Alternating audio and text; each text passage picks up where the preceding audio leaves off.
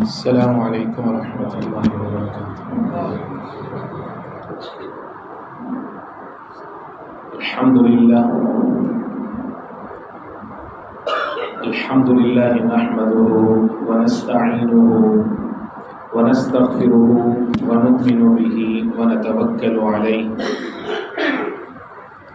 ونعوذ باللہ من شرور انفسنا ومن سیئات اعمالنا، من يهده الله فلا مضل له ومن يضلل فلا هادي له، ونشهد أن لا إله إلا الله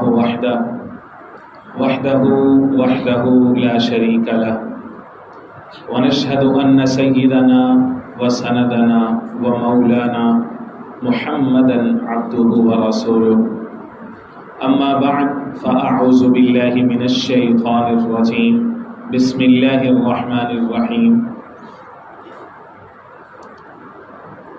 انا فتحنا لك فتحا مبینا، وقال اللہ تعالی فی هذه السورة ایضا، ان الذین یبایعونک انما یبایعون اللہ، ید اللہ فوق ایدیہم ومن نکث فانما ینکث علی نفسہ، وقال اللہ تعالی في هذه السورة أيضا، لقد رضي الله عن المؤمنين إذ يبايعونك تحت الشجرة فعلم ما في قلوبهم وأنزل السكينة عليهم وأصابهم فتحا قريبا، وقال الله تعالى أيضا في هذه السورة، لقد صدق الله رسوله الرؤيا بالحق لتدخلن المسجد الحرام ان شاء اللہ آمنین محلقین رؤوسکم ومقصرین لا تخافون، فعلم ما لم تعلموا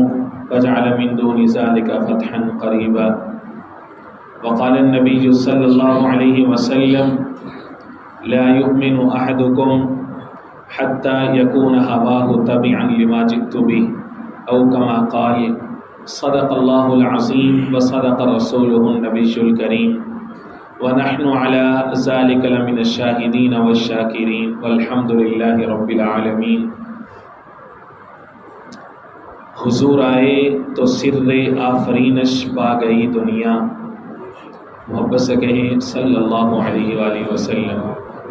حضور آئے تو سر آفرینش پا گئی دنیا، اندھیروں سے نکل کر روشنی میں آ گئی دنیا، اندھیروں سے نکل کر روشنی میں آ گئی دنیا، بجھے چہروں سے زنگ اترا ستے چہروں پہ نور آیا، حضور آئے تو انسانوں کو جینے کا شعور آیا، حضور آئے تو انسانوں کو جینے کا شعور آیا، یتیموں اور ضعیفوں کو پناہیں مل گئیں آخر، یتیموں اور ضعیفوں کو پناہیں مل گئیں آخر، حضور آئے تو ذروں کو نگاہیں مل گئیں آخر، حضور آئے تو ذروں کو نگاہیں مل گئیں آخر، بلغ العلا بکمالہ کشف الدجا بجمالہ حسنت جمیع خصالہ صلو علیہ وآلہ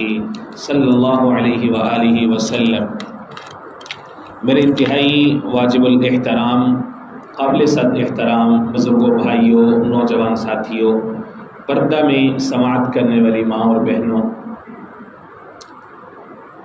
آج کا جو خطبہ جمعہ کا موضوع ہے وہ یوں سمجھ لیجیے کہ آج کے ہمارے وقت میں یا ہمارے ملک میں یا ہمارے ارد گرد جو صورتحال چل رہی ہے، اس صورتحال کے تناظر میں آج کا خطبہ ایک بہترین حل پیش کر رہا ہے۔ خطبہ صدر کے اندر آپ حضرات نے قرآن مجید کتاب حکمت کی ایک اہم ترین سورہ سورۃ الفتح، اس کے 4 مختلف مقامات سے آپ نے آیات مبارکہ اور ان کے ٹکڑے سماعت فرمائے۔ یہ مہینہ ذوالقعدہ کا چل رہا ہے، ذی قعدہ بھی اس کو کہہ دیتے ہیں، ذوالقعدہ بھی کہتے ہیں، اصل لفظ ہے ذوالقعدہ، یہ اس مہینے کا نام ہے۔ جو قمری کیلنڈر ہے اس اعتبار سے ہم دیکھیں تو یہ مہینہ 11واں نمبر پہ آتا ہے، اس کے بعد آگے ذوالحج ہے اور پھر اس کے بعد نئے سال کا آغاز ہو جائے گا۔ یہ ذوالقعدہ کا مہینہ اسلامی تاریخ میں نہایت اہمیت کا حامل ہے، اور اسلامی تاریخ کس لیے ہوتی ہے کہ اس سے اس وقت کے مسلمان کچھ سیکھ سکیں، اس سے عبرت حاصل کر سکیں، آج کے جو ان کے مسائل ہیں ان کو وہ کیا کر سکیں، حل کر سکیں۔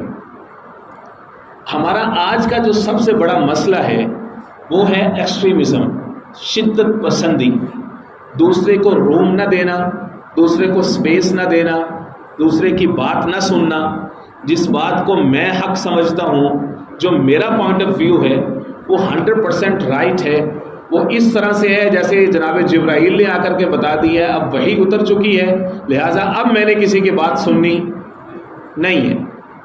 اپنے آئیڈیا کو دوسرے کو مجبور کرنا کہ وہ اس کو مانے، نیگوسیشن کرنا، دوسرے کی بات سننا، دوسرے کا آرگومنٹ لینا، ہو سکتا ہے اس کی دلیل وزنی ہو، اس کی دلیل زیادہ بہتر ہو، قرآن و سنت کے زیادہ موافق حضور پاک علیہ الصلوۃ والسلام کی سیرت طیبہ سے زیادہ میل کھاتی ہو سکتا ہے یہ جو ڈائیلاگ ہے، دوسرے کی بات سننا ہے، اس سے ہمارے کوئی بہت بڑے مسئلہ کا حل ہو سکے، ہمیں امن مل سکے۔ اس طرف ہم انفرادی طور پر بھی نہیں آتے اور اجتماعی طور پر بھی ہمارا معاشرہ اس طرف نہیں آتا۔ گویا کہ آج کا جو ہمارا خطبہ ہے وہ ڈائیلاگ، مذاکرات، نیگوسیشن کی اہمیت کے اوپر ہے، اور اس کے ساتھ ساتھ آقا کریم سید المرسلین حضور پاک علیہ الصلوۃ والسلام کی سیرت طیبہ سے ہمیں مذاکرات کیسے کرنے ہیں، اس کے لیے شرائط و ضوابط کیا ہیں، اصول کیا ہیں، اس کے مقاصد کیسے طے کیے جاتے ہیں، اور مذاکرات کا جو بڑا مقصد ہے وہ کیسے حاصل ہوتا ہے، یہ سارا کا سارا آج ہم ڈسکس کرنے کی کوشش کریں گے۔ ویسے تو ظاہر ہے کہ سیرت طیبہ حضور پاک علیہ الصلوۃ والسلام کی جو حیات طیبہ ہے، سمجھ لیجئے کہ مضامین کا ایک سمندر ہے، ممکن نہیں ہے تو اس میں سے کسی ایک پہلو پر بھی کہ مجھ جیسا ادنا سا طالب علم کوئی اس کے اوپر بات کر سکے یا کوئی اس کا سر پیر پکڑ سکے، آسان نہیں ہے، بہت مشکل ہے، لیکن ہم کوشش کریں گے کہ آقا کریم علیہ الصلوۃ والسلام کی سیرت طیبہ کا یہ والا جو پہلو ہے کہ اپنے مخالفین کے ساتھ، اوپوننٹ کے ساتھ مذاکرات کیسے کرنے ہیں اور اپنی بات کیسے منوانی ہے، اور اصل پولیٹکس اور اصل سیاست کہتے کس کو ہے، یہ آج ہم بات کریں۔ یہ جو ذوالقعدہ کا مہینہ ہے، اس کے اندر صلح حدیبیہ پیش آیا ہے۔ صلح حدیبیہ، جس کو عام طور پر اسلامی تاریخ کے اندر حدیبیہ پیس ٹریٹی کہا جاتا ہے، کہ حدیبیہ ایک جگہ کا نام ہے، یہ ایک مقام ہے۔ جب مکہ مکرمہ سے نکلتے ہیں اور مدینہ منورہ کا جو عام راستہ تھا اس وقت، اس سے ہٹ کر کے یہ تقریباً جدہ کے راستے کی طرف، چونکہ حضور پاک علیہ الصلوۃ والسلام نے ایک ڈیفرنٹ راستہ لیا تھا مکہ مکرمہ کی طرف جانے کا، تاکہ وہ جنگ سے بچ سکے، اس کے اوپر تفصیل سے بات بعد میں کرتے ہیں۔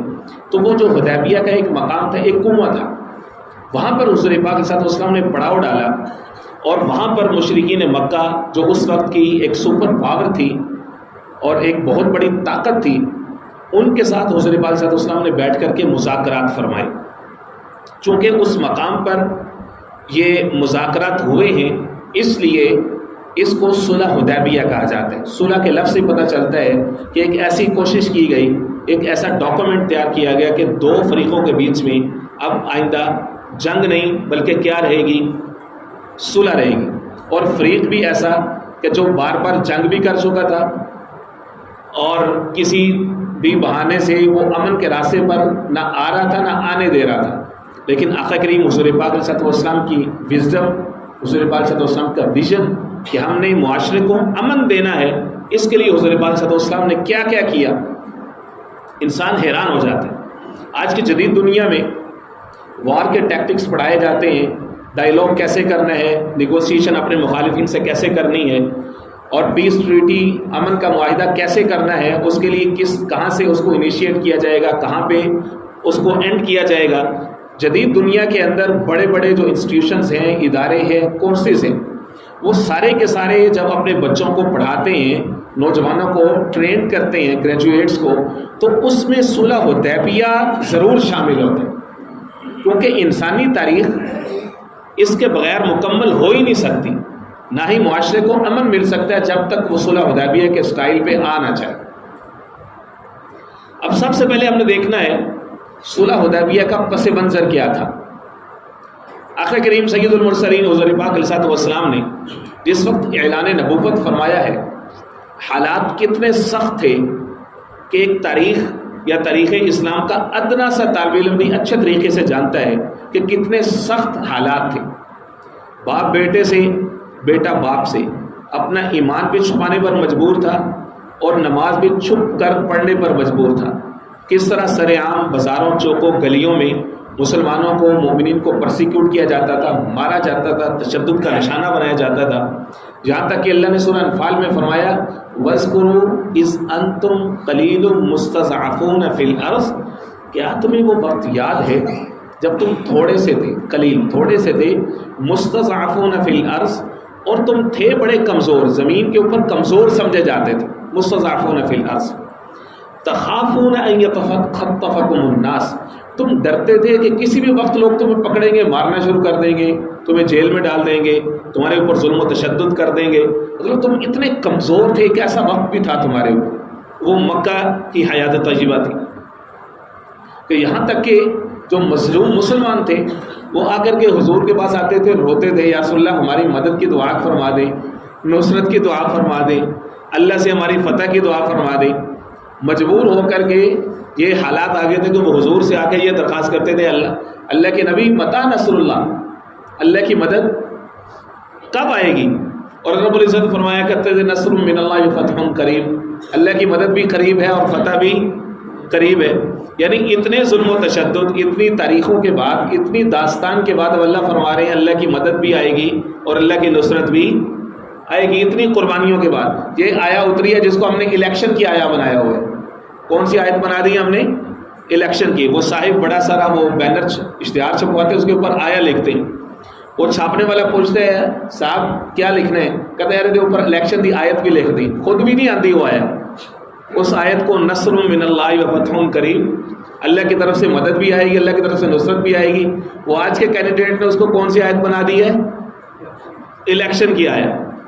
کس قدر توہین ہے قرآنی آیات کی، اس سے بدتر سوچ مسلم معاشرے میں کبھی نہیں رہی کہ قرآن مجید کی آیت کو اپنے ذاتی مفاد کے لیے نصر من اللہ، چلو یار وہ آیت لکھ دیں نصر من اللہ، وہی کہتے چلو ٹھیک ہے۔ وہی یہ آیت، اس کا پس منظر کیا ہے، اس کا مطلب کیا ہے؟ کیا تم الیکشن میں جتوانے کے لیے آیا اتری ہے؟ نصر من اللہ فتح قریب، کیا تمہارے باقی 5 فٹ پہ اسلام نافذ ہے؟ کیا قرآن کی کوئی آیت آتی ہے؟ کیا سورہ اخلاص آتی ہے تمہیں؟ بس الیکشن والی آیا آتی ہے بس۔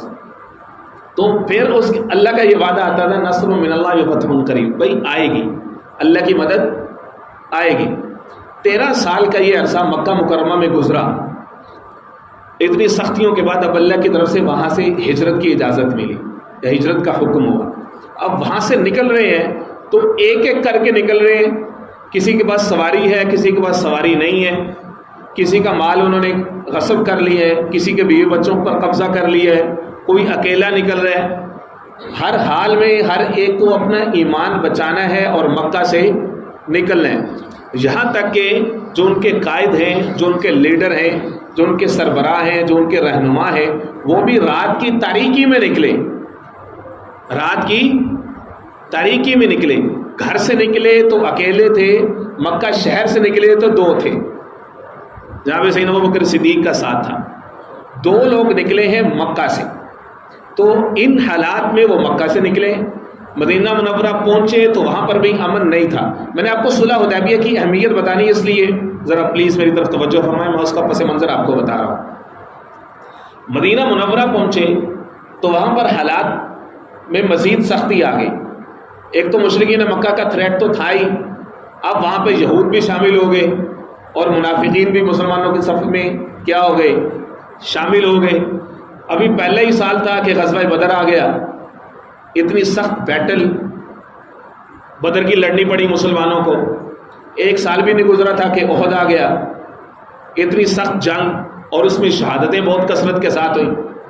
ابھی ایک آدھا سال ہی گزرا تھا کہ تھوڑی سی کمر سیدھی ہو رہی تھی کہ ایک بہت بڑا گرینڈ الائنس بنایا مکہ والوں نے، اپنے اتحادی بنائے، آس پاس کے قبائل ساتھ ملائے انہوں نے، اور جو مسلمانوں کے ارد گرد گھیرا تنگ کرنے کے لیے جو جیوز تھے، جو یہودی تھے، ان کو بھی اپنے ساتھ ملایا اور ان کے ساتھ بھی معاہدہ کیا، اور 10,000 کا ایک پورا لشکر مدینہ کے اوپر آ گیا، گرینڈ الائنس، اتنا بڑا اتحاد اس وقت کی تاریخ میں آپ دیکھیں تو ممکن نہیں تھا، جب کمیونیکیشن کے ذریعے اتنے کمزور تھے ہی نہیں، بلکہ اتنے بڑے لشکر کو اکٹھا کرنا، اور ایک چھوٹی سی کمیونٹی چند 100 لوگوں کو گھیرنے کے لیے، کہ جن کے پاس کھانے پینے کو بھی پراپر چیزیں نہیں ہیں، نہ ان کے پاس اچھی رہنے کو جگہ ہیں، نہ ان کے پاس جو ہے وہ ویپنز ہیں، نہ وہ ہائیلی ٹرینڈ ہیں، صرف اور صرف ان کے پاس ہے ایمان اور ہے کیا؟ حضور کی محبت۔ یہ 2 دولتیں ان کے پاس، چند 100 لوگوں کو گھیرا ہے کہ اتنے بڑے لشکر نے آ کر، اور وہ آئے تھے فائنل جنگ، بس ان کو اب کیا کرنا ہے؟ ٹوٹلی سویپ کرنا ہے ان کو، اتنی بڑی جنگ۔ اللہ رب العزت نے کیا اس کا نقشہ کیسے کھینچا ہے سورہ احزاب کے اندر، انسان حیران ہو جاتا ہے کہ اللہ منظر کیسے کھینچتے ہیں ہر چیز کا۔ ایک منظر میں نے سورہ انفال کا آپ کو بتایا کہ کیسا منظر کھینچا مکہ کا، اب یہاں مدینہ منورہ میں غزوہ احزاب کا منظر اللہ کیسے کھینچ رہے ہیں۔ اللہ کہتے ہیں سورہ احزاب کے اندر، یا ایھا الذین آمنوا اذکروا نعمت اللہ علیکم، اے ایمان والو ہماری وہ نعمت یاد کرو کہ جب تمہارے اوپر ایک بہت بڑی آرمی آ گئی تھی، لوگ آ گئے تھے، من فوقکم ومن اسفل منکم، اتنے زیادہ تھے کہ تمہارے اوپر سے گھیر لیا، تمہارے نیچے سے گھیر لیا، وَإِذ زَاغَتِ الْأَبْصَارُ، اور تمہاری اپنی فزیکل کیا سچویشن تھی، وَإِذ زَاغَتِ الْأَبْصَارُ، تمہاری آنکھیں پھٹ گئیں، وَبَلَغَتِ الْقُلُوبُ الْحَنَاجِرَ، اور خوف کی وجہ سے تمہارے دل نکل کر کے تمہارے گلوں میں آ گئے، گویا کہ تمہاری موت تمہیں سامنے نظر آ رہی تھی، وَبَلَغَتِ الْقُلُوبُ الْحَنَاجِرَ وَتَظُنُّونَ بِاللَّهِ الظُّنُونَ، تم نے اللہ کے بارے میں عجیب گمان کرنا شروع کی ہے کہ پتہ نہیں یہ اتنی لمبی سٹرگل کا ظاہر ہے کہ اب کہاں پہ اس کا اینڈ ہوگا، اس کا نتیجہ کیا نکلے گا۔ اللہ نے فرمایا ہنالک ابتلی المؤمنون، ہم تو تمہیں آزما رہے تھے تم میں سے ایمان میں سچا کون ہے۔ ہنالک ابتلی المؤمنون وزلزلوا زلزالا شدیدا، ایک شدید زلزلہ برپا کیا تھا ہم نے تمہارے اوپر، ایک طرح سے ہلایا تھا تمہیں، وزلزلوا زلزالا شدیدا، کہ تاکہ تم میں سے جو خالص مومن ہے نا، پکا ٹھکا، وہ باقی رہے، جو منافق ہے نا وہ کیا ہو جائے؟ نکل جائے۔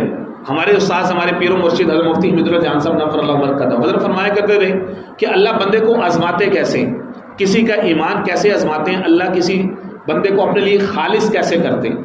اللہ کا خالص بن جانا یہ کوئی آسان نہیں ہوتا، اللہ کا خالص بن جانا آسان، فرمایا یہ ایسے ہی ہے جیسے ہم میں سے کوئی شخص باہر بازار میں جاتا ہے اپنے گھر میں گھڑا لانے کے لیے، گھڑا سمجھتے ہیں نا، ٹھنڈے پانی کا جو گھڑا ہوتا ہے، فریجوں کا زمانہ ہے، لوگوں کو پتہ نہیں ہوگا، جو میرے بڑے بزرگ بیٹھے ہیں وہ یقیناً میری بات کی تصدیق کریں گے، وہ مٹی کا گھڑا لینے کے لیے جاتے ہیں تو کیا کرتے ہیں، کافی سارے گھڑے پڑے ہیں تو ایک گھڑے کو اٹھاتے ہیں، اس کے اندر ایک ہاتھ کی ہتھیلی گھسائی، اس کو پکڑا اور دوسرے ہاتھ کے ساتھ اس کو ٹیپ کرتے ہیں، ایسے ایسے ایسے کرتے ہیں، وہ گھڑے کو کھٹکھٹاتے ہیں، اس کی ساؤنڈ چیک کرتے ہیں، جس سے ان کو اندازہ ہوتا ہے، ویسے تو میں بھی کبھی یہ تجربہ نہیں کر سکا لیکن بڑوں سے سنا تو آپ کے سامنے رکھ رہا ہوں میں، تو اس کو کھٹکھٹانے سے ان کو اندازہ ہوتا ہے کہ کیا یہ گھڑا اس قابل ہے کہ میں گھر لے کے جا سکوں اور یہ کھورے نہیں، یہ دغا نہ دے دے، یہ دھوکہ نہ دے دے، ایسا ہے۔ وہ گھڑے کو جو کھٹکھٹانا ہوتا ہے یہ اس کو ایگزامن کیا جاتا ہے، کیا وہ اس اتنی سی جو مار اس کو پڑ رہی ہے کیا وہ اس کو ٹیسٹ کر سکتا ہے کہ نہیں کر سکتا، اور اللہ تعالیٰ اس طرح سے بندے کو ٹیسٹ کرتے، اس کو کوئی بیماری دے کے، کوئی پریشانی دے کے، وہ جو سورہ بقرہ میں 5 چیزیں ہیں جن سے اللہ آزماتے ہیں، وَلَنَبْلُوَنَّكُمْ بِشَيْءٍ مِّنَ الْخَوْفِ، خوف کے ذریعے سے، وَالْجُوعِ، بھوک کے ذریعے سے، وَنَقْصٍ مِّنَ الْأَمْوَالِ، مالی نقصان، وَالْأَنفُسِ، جانی نقصان، وَالثَّمَرَاتِ، پھلوں کا نقصان، تو اللہ بھی یہ کرتے یہ. اور بندہ اس دوران اگر اس کے دل میں ایمان ہو، اللہ والوں کی صحبت ہو، تو وہ پکا رہتا ہے. وہ کیا رہتا ہے؟ پکا رہتا ہے. ورنہ شکوے شکایتیں ہیں، جزا فضا ہے، بے صبری ہے، اور الٹا جی ہمیں ملے تھے، یہ کیا ہو گیا، پتہ نہیں کس گناہ کی سزا ہے، ہم نے تو کبھی ایسے ہی نہیں کیا، اس طرح کے جملے شروع کر دیتے. تو اللہ نے بھی کیا کیا؟ آزمایا. وَزُلْزِلُوا زِلْزَالًا شَدِيدًا کے الفاظ ہیں. بالآخر کیا ہوا؟ وہ جو کفار تھے اتنا بڑا لشکر لے کر کے آئے تھے، وہ بھاگنے پر مجبور ہو گئے. مسلمانوں کو کوئی نقصان نہیں کر سکے. اللہ نے اسی سورہ احزاب میں فرمایا وَرَدَّ اللَّهُ الَّذِينَ كَفَرُوا بِغَيْظِهِمْ لَمْ يَنَالُوا خَيْرًا. وہ جو کفار کا لشکر اپنے غصے میں بھرا ہوا آیا تھا نا، بکھرا ہوا آیا تھا، لم ينالوا خیرا، کچھ بھی حاصل نہیں کر سکے. ان کے جو آبجیکٹیو تھے، ان کے جو مقاصد تھے، وہ فیل ہو گئے. اس میں واپس ان کو ایسے ہی بھاگنا پڑا. وہ غزوہ احزاب کا کبھی موقع ہے تو اس میں بات کروں گا کہ اس کے ایونٹس کیا ہوئے تھے. بھاگ گئے وہاں سے. اب یہ سمجھ لیجئے کہ تقریباً کوئی 15 سے 20 سال کی یہ ایک لمبی جو اس وقت کی داستان ہے میں نے آپ کے سامنے رکھی، تقریباً 2 دہائیوں پر مشتمل. اب غزوہ احزاب کے بعد یعنی 5 ہجری کے بعد اللہ رب العزت نے راستے کھولنے شروع کیے مسلمانوں کے لیے. آج کا جو مسلمان ہے نا، خاص طور پہ نوجوان، وہ اتنا سمارٹ بننا چاہتے ہیں. وہ کہتا ہے کہ چیزوں کے ریزلٹس فوراً آئیں. ادھر سے میں نماز پڑھوں تو باہر ایک فرشتہ کھڑا ہو جو کہ یہ $1000 ہے، یہ تمہارے لیے، یہ کس کے لیے ہے؟ گو جاؤ اور عیش کرو، ہم نے تمہاری نمازیں کیا کر لی ہیں؟ قبول کر لی. آج کا مسلمان بڑا سمارٹ بننا چاہتا ہے، تیزی کے ساتھ رزلٹ لینا چاہتا ہے چیزوں. فرمنس، اسٹرانگ بلیف، کنسسٹنسی، مسلسل اپنے اعمال کے اوپر ڈٹا رہنا. الاستقامت الف من الکرامہ. ہر شخص کہتا ہے میریکل ہو جائے، کوئی معجزہ ہو جائے، کوئی کرامت آ جائے. حضرت صاحب کوئی کرامت دکھائے نا، ایسے نہیں ہم نے آپ کو ولی ماننا. کوئی کرامت دکھائے، کوئی چیز فوراً ہی ہو جائے تو ہم مانیں گے. وہ فیصل آباد کے اندر وہ ایک بابا جی کے بارے میں مشہور ہوا کہ وہ فوت ہو گئے. وہ بڑھیاں آ گئی تو عورتوں نے کہا کہ اے بھی کیوں اللہ کا ولی سی، انہیں تو دن نہیں چنگا نہیں لیا. چنگا دن ہوتا تے پیر کا دن لینا، کیونکہ حضور پیر کے دن پردہ فرمایا تھا. وہ بابا جی اٹھ کے بیٹھ گئے، کہتے اچھا اے کیڑی گل ہے، چلو پیر کا دن فوت ہو جاؤں گے آپ. تو جس طرح کے پیر ہیں اسی طرح کے کیا ہیں؟ مرید ہے مارکیٹ میں. تو معرض یہ کر رہا تھا کہ اللہ رب العزت ایک تو آزماتے. اب صلح حدیبیہ میں اللہ رب العزت حالات کھول رہے ہیں اتنی لمبی اسٹرگل کے بعد. حضور پاک صلی اللہ علیہ وسلم نے خواب دیکھا. نبی کا جو خواب ہوتا ہے وہ وحی ہوتا ہے. خواب حضور پاک صلی اللہ علیہ وسلم نے دیکھا کہ ہم کیا کر رہے ہیں، میرے پاس بیت اللہ شریف کی چابی ہے، میں حرم شریف کو کھول رہا ہوں، اور میرے ساتھ جتنے دوست ہیں، جتنے مومنین ہیں، ان سب نے احرام باندھا ہوا ہے اور ہدی کے جانور ہیں. ہم جا رہے ہیں اور ہم نے طواف کیا ہے، اور اس کے بعد محلقین رؤوسکم، کچھ لوگ اپنے سر کو مونڈ رہے ہیں، اور مقصرین، اور کچھ اپنے بالوں کو کم کر رہے ہیں، کاٹ رہے ہیں. تو میں نے یہ منظر خواب کے اندر دیکھا. پیغمبر کا جو خواب ہوتا ہے وہ وحی ہوتا ہے، جو ہوتا ہے وہ اللہ کا حکم ہوتا ہے، اس کو ایز اٹ اس نے پریکٹس کرنا ہوتا ہے. اس کی کئی ساری مثالیں ہیں. حضرت یوسف علیہ السلام کا خواب آپ کے سامنے ہے. جناب ابراہیم علیہ السلام نے خواب دیکھا تھا بیٹے کو ذبح کرنے کا، وہ بھی آپ کے سامنے. اب حضور نے جب یہ خواب بتایا نا اپنے ساتھیوں کو، صحابہ اکرام، تو وہ پرجوش ہو گئے، فوراً تیار ہو گئے، فوراً تیاری شروع کر دی انہوں نے. ظاہر ہے کہ اتنا لمبا انتظار تھا کہ 5-6 سال گزر چکے ہیں، مکہ سے آ چکے ہیں، اور وہاں کی فضائیں، وہاں کی ہوائیں، طواف، وہ ساری سرگرمی اب ان کے ذہن میں گھومنے لگی کہ اب اللہ پاک ہمیں موقع دے رہے ہیں. اور جب حضور نے خواب دیکھا تو یہ ہوگا ہی ہوگا. اگرچہ بظاہر جو معروضی حالات ہیں اس میں کوئی چانس کوئی نہیں ہے کہ وہ سپر پاور بیٹھی ہوئی ہے، وہاں پہ جانا کوئی آسان. لیکن حضور نے خواب دیکھا ہے. قربان جائیے صحابہ اکرام کے ایمان کے اوپر کیا لیول تھا ان کے ایمان کا. فوراً تیار ہو گئے. جب تیار ہو گئے، اگرچہ خواب کی پوری تعبیر ابھی تک سامنے نہیں آئی تھی، خواب صرف یہ تھا کہ عمرہ کر رہے ہیں، ابھی اسی سال کر رہے ہیں یا 2-4 سال کے بعد کر رہے ہیں، ابھی اس بات کی وضاحت نہیں تھی. لیکن جب دیکھا حضور نے کہ سارے پرجوش سے تیار ہو چکے ہیں، حضور پاک بھی چل پڑے ہیں، اور سواریاں ساتھ ہیں، ہدی کی قربانی کی سواریاں ساتھ ہیں. وہاں سے نکلے ادھر مشرکین مکہ کو بھی بھنک پڑ گئی کہ آ رہے ہیں مسلمان، اور تعداد بھی تھوڑی نہیں ہے، تقریباً 1500 کے قریب کی یہ خدائی فوج تھی۔ راستے میں میقات پہ جا کر کے احرام باندھا، اور جو ہدی کے جو جانور تھے اس زمانے میں رواج یہ تھا کہ اس کی کوہان کو زخمی کیا جاتا تھا، اور جو خون نکلتا تھا وہیں پر چربی ہی ہوتی ہے، اسی چربی کو پگھلا کر کے اس کو بند کیا جاتا تھا، اس خون کو تو وہ جگہ سرخ ہو جاتی تھی۔ تو دور سے لوگ پہچان لیتے تھے کہ یہ لوگ یہ زائر ہیں، یہ زائرین ہیں، لہٰذا ان کو ہم نے تنگ نہیں کرنا۔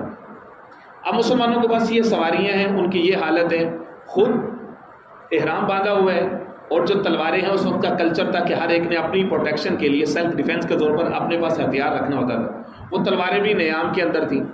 گویا کہ بظاہر کوئی ایسا نمونہ، کوئی ایسی مثال نہیں تھی کہ وہ لڑائی کے لیے جا رہے ہیں، بظاہر پورا کا پورا امن کا لباس تھا جو بظاہر نظر آ رہا تھا۔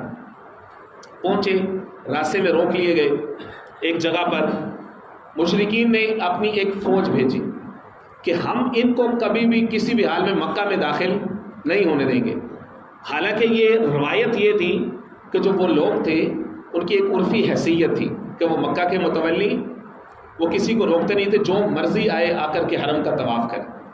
لیکن اب مسئلہ یہ تھا کہ اگر وہ مسلمانوں کو اجازت دیتے ہیں تو اب مسلمانوں کی اخلاقی فتح ہے کہ یہ تو دشمن ہے، ان کو اجازت کیسے دے دی۔ اگر اجازت نہیں دیتے تو وہ روایت ٹوٹتی ہے کہ وہ کبھی کسی کو روکتے ہی نہیں تھے حرم شریف میں آنے سے۔ اب انہوں نے فیصلہ کیا کہ ہم نہیں آنے دیں۔ 200 کے قریب کیا انہوں نے ایک لشکر بھیج دیا جنہوں نے آ کر کے پہاڑیوں پہ قبضہ کیا، اور انہوں نے دور سے دیکھا خالد بن ولید اس کے سردار تھے، ابھی تک مسلمان نہیں ہوئے تھے۔ انہوں نے دیکھا کہ مسلمان ظہر کی نماز ادا کر رہے ہیں، ظہر کی نماز ادا کر لی تو انہوں نے آپس میں افسوس کا اظہار کیا کہ یار یہ لوگ نماز پڑھ رہے تھے، جو بھی ان کی عبادت تھی وہ کر رہے تھے، یہ سجدے میں تھے، یہ تو ٹوٹل ایکسپوز تھے، اس دوران ہمیں ان پر حملہ کر کے ان کو ختم کرنا چاہیے تھا، ہم نے ان کو یہ مکمل کیسے کرنے دی ان کی عبادت۔ انہوں نے کہا کہ چلو اب دوبارہ یہ ایسے کریں گے تو اب ہم ان کے اوپر حملہ کریں گے۔ عصر کی نماز سے پہلے اللہ تعالیٰ نے عصر کی نماز سے پہلے صلاۃ الخوف کے احکام نازل فرما دی، سورہ نساء کے اندر موجود ہے کہ آئندہ سے جب آپ حالت جنگ میں نماز پڑھیں گے تو اب سارے کے سارے ایک ہی وقت میں نماز میں کھڑے نہیں ہوں گے، بلکہ کچھ لوگ حفاظت کریں گے، کچھ لوگ حضور کے پیچھے نماز پڑھیں گے، ایک رکعت پڑھیں گے، ایک رکعت کے بعد وہ واپس چلے جائیں گے، پوزیشنز لیں گے، اور جو پوزیشنز والے تھے وہ آ کر کے دوسری رکعت حضور کے ساتھ آ کر کے مکمل کریں گے۔ مشرکین مکہ نے سوچا کہ ہمیں ہر حال میں ان کو روکنا ہے، ہم نے ان کو مکہ تک پہنچنے نہیں دینا۔ ان کے مختلف سفیر آتے رہے، بالآخر جو فائنل ڈسکشنز ہوئی، جو کہ میرا آج کا موضوع ہے کہ ڈائیلاگ کی اہمیت کیا ہے، ان کا ایک بہت میچور سیزنڈ ایکسپیرینس تجربہ کار سفارتکار تھا، ان کا سہیل بن عمر اس کا نام ہے۔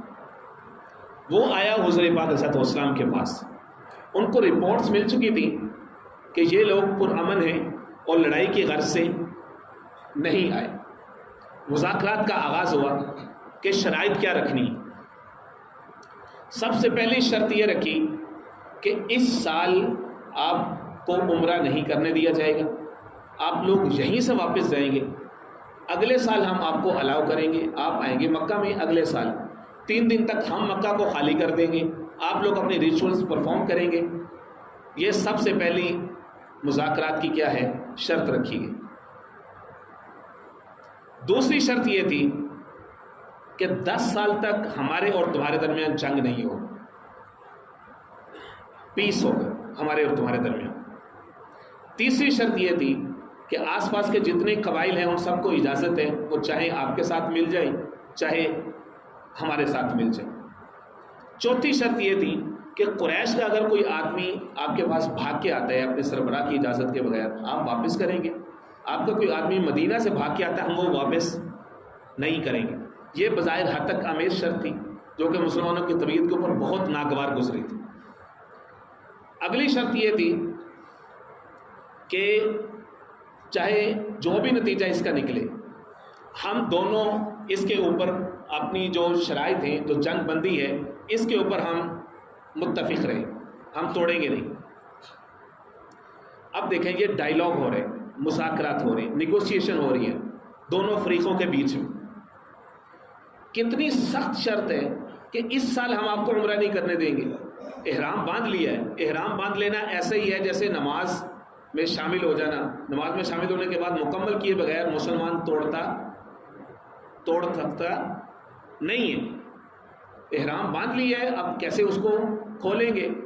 حضور پاک صلی اللہ علیہ وسلم نے حکم دے دیا, بھئی قربانی کرو اور احرام کو کھول دو.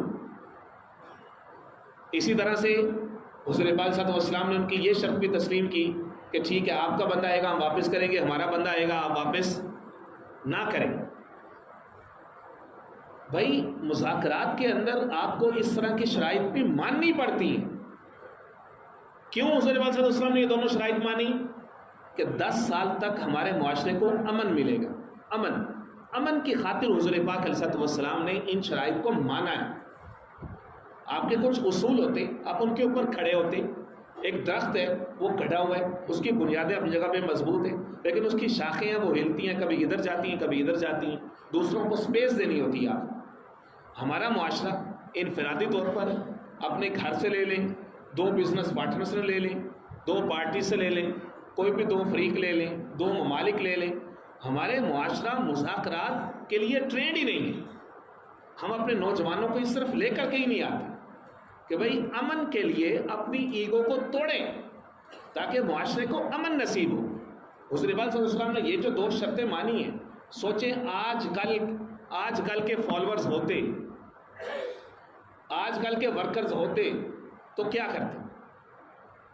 اپنے لیڈر کے خلاف سڑکوں پہ نکل آتے کہ بھئی یہ کیا بات ہوئی, ہم نے احرام باندھا ہم تو نہیں کھولیں, یہ کیا بات ہوئی, ہمارا بندہ وہ واپس نہ کرے ہم ان کا بندہ واپس کریں.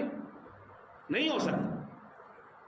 جب لیڈر کریڈیبل ہو, اس کے اندر سنسیئرٹی ہو, وہ صحیح معنی میں اللہ کا تابع دار ہو, وہ مخلوق کو امن دینا چاہتا ہو, تب اللہ رب العزت اس کا روب سب لوگوں کے اندر ڈالتے ہیں. تب وہ صلح کی بات کرتا ہے تو لوگ اس کو مانتے ہیں. یہ صلح حدیبیہ سے ہمیں مل رہے. اچھا آخر میں دیکھیں اس کا نتیجہ کیا نکلا. یہ صلح حدیبیہ حضور پاک صلی اللہ علیہ وسلم ابھی پہنچے نہیں کہ اللہ نے پہلے ہی فرما دی انا فتحنا لک فتحا مبینا, ہم نے آپ کو فتح دے دی ہے. نہ جنگ ہوئی ہے, نہ قیدی آئے ہیں, نہ مال غنیمت ملا ہے, اور اللہ کیا فرما رہے ہیں, ہم نے آپ کو کیا دی ہے, فتح دے دی ہے. اور ہوا کیا ہے اس کے بعد؟ دروازے کھلے, حضور پاک صلی اللہ علیہ وسلم نے دوسرے جو بادشاہ تھے ان کو خطوط لکھے, دین اسلام پھیلا, دعوت ملی, 1 ہی سال میں خیبر فتح ہوا, اسی کے بعد تبوک ہوا, اسی کے بعد فتح مکہ ہوا, اگلے سال عمرہ بھی ہو گیا. صرف 3 سے 4 سال میں اسلام عرب کے اوپر بھی چھا گیا اور عجب تک اس کی شاخیں چلی گئی. یہ کیوں ہوا؟ حسین فرماتے ہیں کہ سب سے بڑا جو اس کے اندر سنگ میل کی حیثیت رکھتا ہے وہ صلح حدیبیہ. اس کے اندر جو مذاکرات حضور نے کیے اور جو اس کے اندر امن کی شرائط جو حضور پاک صلی اللہ علیہ وسلم نے تسلیم کی, معاشرے کو امن دیا. سب سے پہلی چیز کسی بھی معاشرے کی ترقی کے لیے معاشرے کو امن دینا ہوتا ہے. آخری بات میں آپ سے کر رہا ہوں, دین محمدی شریعت ابراہیمی کا پرتو ہے, اسی کا ہی سایہ ہے, وہی کچھ ہے.